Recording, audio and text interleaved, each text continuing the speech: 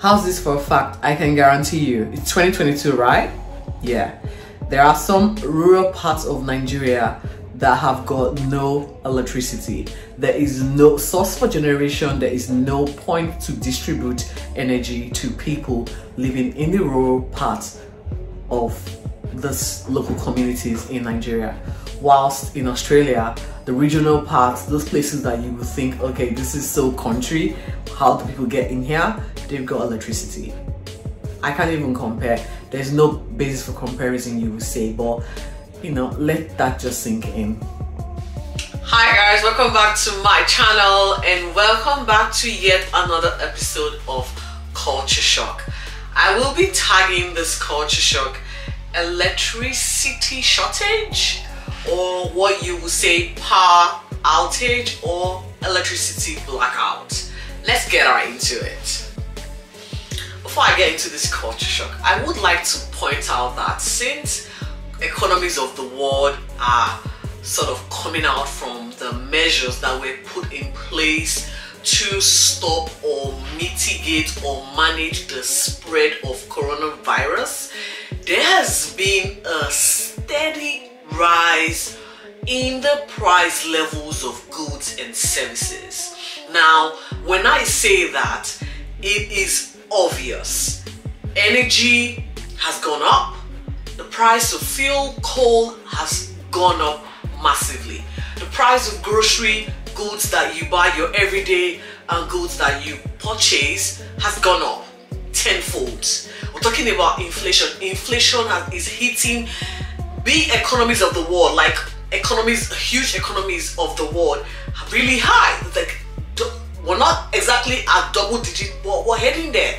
And no surprise, we are blaming it to the fact that demand has sort of exceeded supply, given the fact that lots of countries, you know, went into lockdown, shut down everything that, as we know it, production was was brought down to a ground halt. And kickstarting all of this, you know, requires the manpower, the resources, what have you, to get it up. And in the midst of restarting the economies of the world, we saw the war between Russia and Ukraine take up center stage. Now that has sort of derailed a lot of things, given that most of these two countries are, you know, exporting huge amount of coal, fuel, what have you, maize. So it's impacted in no small ways to how countries are now managing what resources they have. Now, let's get into this culture shock. There's a reason I pointed all of this out, and that's because on Monday, 13th of June, I had this news flash on my phone saying Queensland and New South Wales face possible power blackout, you know, as regulators warn of load shedding to protect the network. Now, when I saw this news feed, the first thing I felt was panic attack. Why someone would say you're a bit dramatic? No. I grew up in a country where electricity is like a gold, platinum, scarce resources. You could barely go through a day with electricity. If you have electricity for 4 hours in a day, that is a fantastic day, as far as I know it. Now, Nigeria's electricity operators, or should I say the management, or those who are in charge, we call the AEMO of Australia, which is the Australian Energy Market Operators, is to Nigeria NEPA. Now, NEPA was the acronym for Nigeria Electric Power Authority before the mid-20s, before the mid-2000, where it changed name and it changed ownership, or it was diverse, or it was privatized in a way to enable more players into the market in order to, should I say, provide the electricity, or what they were trying to tell us, that they were trying to privatize this, give it into private ownership so that the energy distribution will be fair and we can then get access to electricity and not experience those massive or blackouts that we were sort of used to. Did that change things? No. The only thing I saw was players changing names, and it was the same BS. So it went from NEPA to Power Holding Company of Nigeria or whatever, but that did not change the status quo. We still, or up until I left 2015, Nigeria, up until I left Nigeria in 2015, it was still the norm. Power blackouts every day, you know, daily. It was a phenomenon. I don't think it has changed, but if it has, well, my bad. And so when I saw this come up my newsfeed, the first thing I thought was, oh my God, not in Australia. I do not want to have to go through the trauma of just having to be longing or having that feeling of, oh my God, when is it coming? And when it comes, when is it going? When is it going to be taken out from me? And I know someone will say it's a little bit more, but no, it's not. I've been in Australia 7+ years now, and in that time, in Melbourne where I live, I've only lost power maybe 3 times. And the reason for that power outage was, one, they had to do some routine maintenance. The other was weather at the weather condition at the time, and the third was the load shedding. I think it was summer and there was a very high supply of energy at the time, and they needed to be able to regulate what the demand was in order to not allow, in order for the system not to break down or shut down. And so there was a load shedding that happened for maybe an hour, and we got power was restored, and it never went out for the season. And so even before then, we do get all of the notifications saying you're going to be experiencing power outage from so and so time to so and so time. Back home, it never was the case. It goes out whenever and comes whenever. Sometimes it takes days, months for you to even get power. The only source of energy at the time, or the source of power generation we are used to, is generator. Now you know what the noise pollution generator brings. I mean, partial deafness is a thing back home. Nobody would, you know, want to come out to say this is the case, but I can tell you the noise pollution from the generators is, you know, crazy. But so when I saw the news, I was like, not in Australia. Oh my God, because I know it's Queensland and New South Wales, but guess what? The market operators, it's Australia wide, and so if it's affecting 1 and 2 states, it has a ripple effect where it gets on to affect the other states. And I was like, why would this happen? And again, guess what? They're giving us forewarning. When I read that news headline, I was still trying to panic. I said to my husband, what do we do? Maybe we should start turning off things that we don't use. Turn it off when you're not in the room, so that we conserve energy. Because part of what the AEMO was saying was we need to become more energy efficient, in that energy that we're not using, turn it off so that we can save the grid. And I'm like, yeah, we have to do this, because I do not want to go through the trauma that I went through. I don't want my little girl to experience all of that anxiety that comes with power going off, not coming, or you're unsure of when it will come on, and you trying to do everything in your power to manage whatever you're doing in daylight, so that when it gets dark, you are able to just go through the day or go through the night in darkness. But again, it's not a way to live. It is not a way to live. I would say this, that the pandemic has just brought to the surface a lot of rot that has just been steadily crippling into society. And this shock, it's still, we don't have the cushion yet to manage this shock that we are all experiencing. And I'm nervous. Okay, at the end of the day, there was another news headline that said, oh, the AEMO have been able to come to an agreement where New South Wales and Queensland customers will not be experiencing the blackout, and they are trying, you know, to make sure that consumers don't experience any untold hardship, given we are in winter. Now, in Nigeria, it's summer all year round, so you don't get to feel, should I say, a catastrophic impact from not having electricity. But here it's a different case. When it's winter, it's very cold. Now when it's summer, it's extremely hot. And so you cannot function without power. You cannot function without energy. And I'll take you and give you a few stats as regards to energy, the amount of energy that's been generated by these two countries in comparison. Now, I'll take you back. Nigeria is a country in Africa, in West Africa, that has got a vast amount of mineral resources. It is considered one of the richest countries, you know, in Africa. And it is so sad to say this, right? That our wealth is not translating. Our wealth is not translating down to those people who essentially would benefit from it. Now, Nigeria's electricity generation is from gas, hydro, and solar resources.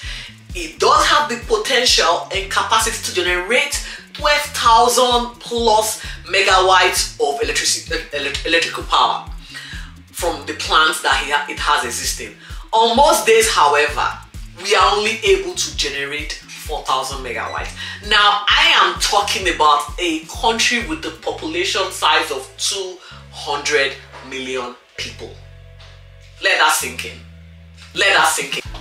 What's more, Nigeria as a country with its inefficient power generation is also supplying energy to African countries such as Togo, Burkina Faso, Benin Republic, and Niger.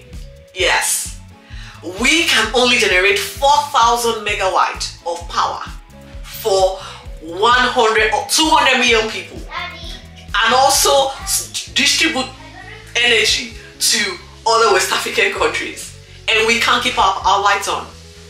We cannot keep our lights on.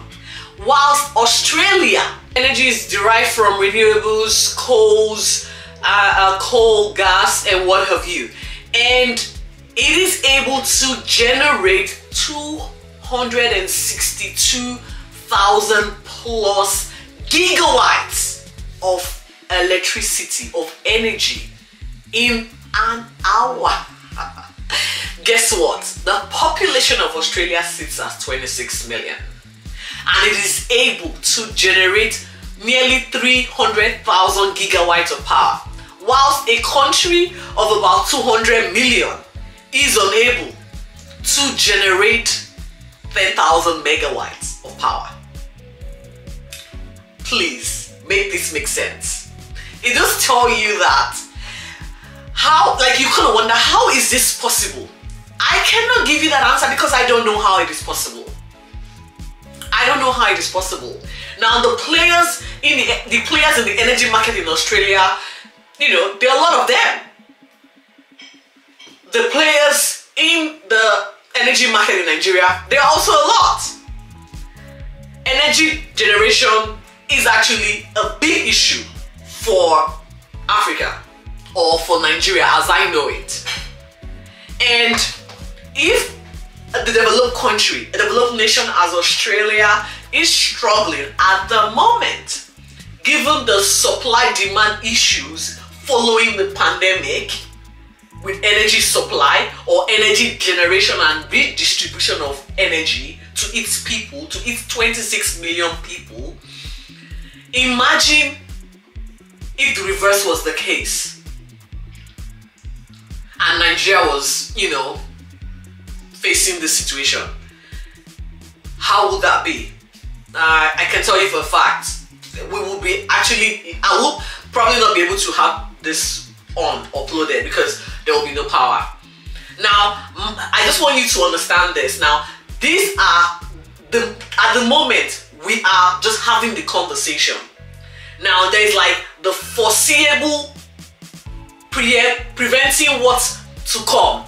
It's not happening yet, but let's talk about it and work plans in order to prevent what might happen if we don't do this.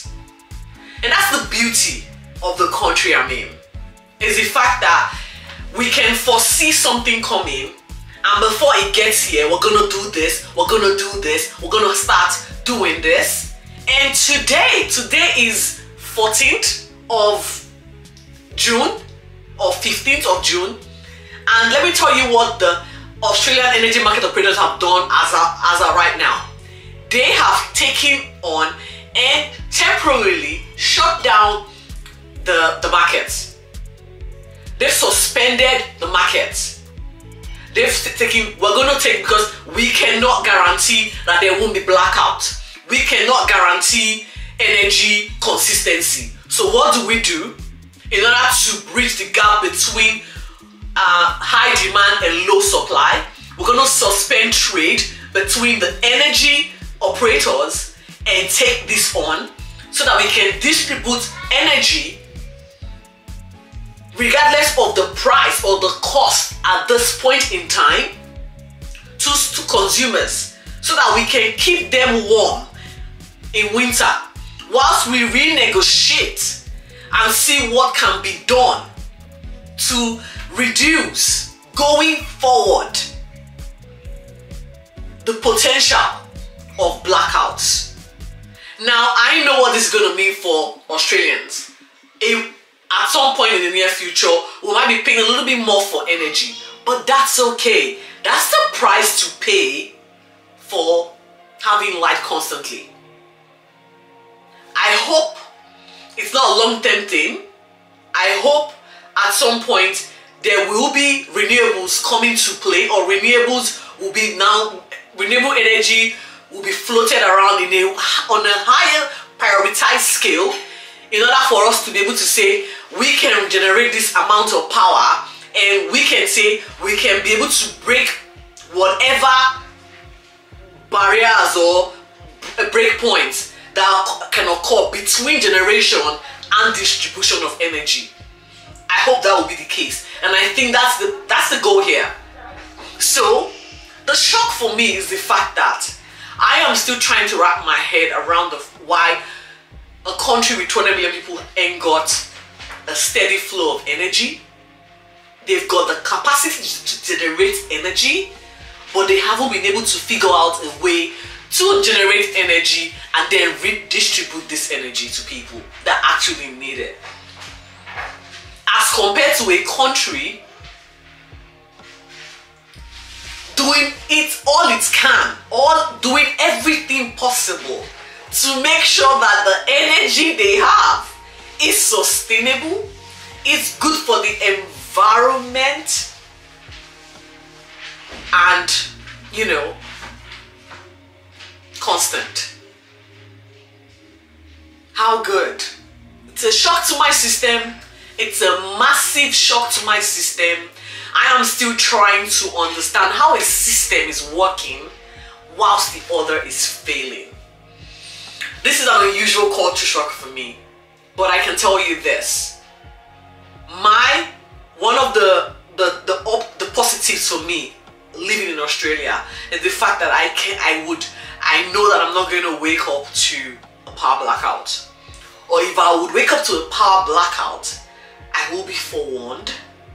I will be given a time frame, and I would know that it is whatever situation that was out of their control. It's amazing. And that's all I can share with you guys. Until my next upload, stay safe.